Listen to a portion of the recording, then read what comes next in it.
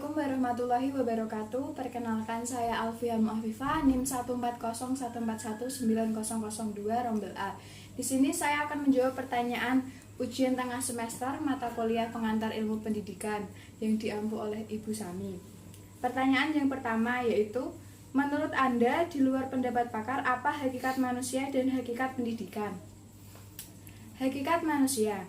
Manusia merupakan makhluk hidup yang dapat menggerakkan hidupnya untuk memenuhi kebutuhannya. Manusia memiliki akal pikiran yang dapat mengarahkan dirinya ke tujuan positif, mampu mengontrol dirinya, dan mampu menentukan nasibnya. Hakikat pendidikan. Menurut saya, hakikat pendidikan adalah suatu proses menumbuh kembangkan eksistensi peserta didik yang memasyarakat dan membudaya. Pendidikan merupakan suatu proses pencapaian tujuan. B. Ada 4 dimensi kemanusiaan. Sebagai guru, kelak apa upaya-upaya Anda untuk mengembangkan dimensi kemanusiaan peserta didik? 4 dimensi kemanusiaan.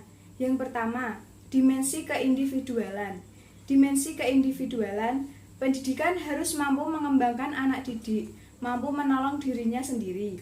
Untuk dapat menolong dirinya sendiri, anak didik perlu mendapat berbagai pengalaman di dalam perkembangan konsep, prinsip, generasi, intelek, inisiatif, kreativitas, kehendak, emosi atau perasaan, tanggung jawab, dan keterampilan.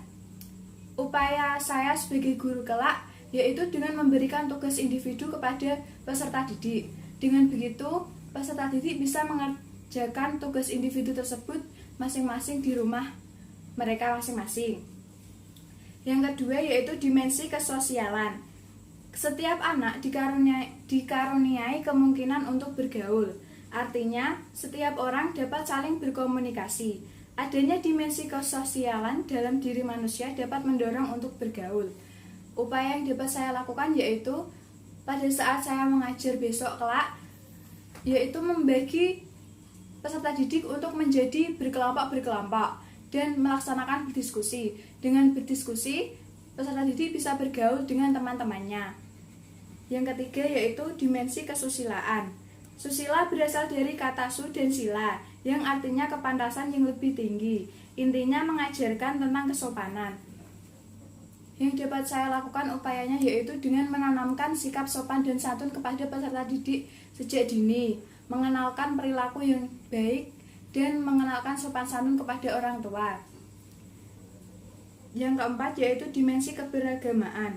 Pada hakikatnya, manusia adalah makhluk religius. Manusia dapat menghayati agama melalui proses pendidikan agama.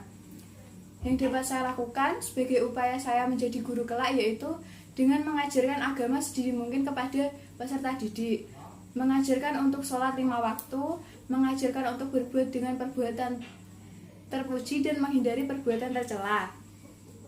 Pertanyaan nomor 2. Bagaimana pendapat Anda berkaitan dengan kondisi saat ini yaitu adanya wabah COVID-19, pembelajaran online dan pelaksanaan pendidikan pada umumnya dan khususnya di sekolah dasar? Adakah permasalahan-permasalahan dan solusi? Menurut saya memang banyak permasalahan yang didapatkan dari pembelajaran online akibat pandemi COVID-19, khususnya di sekolah dasar. Permasalahan yang pertama yaitu guru hanya memberikan soal-soal via WhatsApp berturut-turut. Soal dikerjakan dalam buku kemudian difoto. Di sini kendalanya adalah tidak semua wali murid paham dan memiliki handphone Android. Lantas bagaimana cara mengatasi permasalahan tersebut? Saya setuju dengan langkah yang ditetapkan Menteri Pendidikan dan Kebudayaan Pak Nadiem, yaitu dengan melaksanakan pembelajaran melalui televisi yang berdurasi 30 menit. Dengan begitu, bagi wali murid yang tidak memiliki handphone Android dapat memantau anak belajar melalui televisi. Masalah yang lain yaitu biasanya yang mengerjakan tugas-tugas dari sekolah itu bukan siswanya melainkan orang tua dari murid tersebut, dan kebanyakan itu siswanya malah bermain-main di luar rumah. Solusi untuk permasalahan ini yaitu pihak sekolah harus survei ke daerah-daerah tempat tinggal siswa pada saat pembelajaran berlangsung dan mengamankan siswa-siswa yang berkeliaran di luar rumah pada saat jam pelajaran. Pertanyaan yang ketiga yaitu berikan analisis pengaruh lingkungan pendidikan terhadap proses dan hasil belajar atau pencapaian tujuan belajar seseorang. Menurut saya, pengaruh lingkungan pendidikan memang penting terhadap proses dan hasil belajar yang dicapai.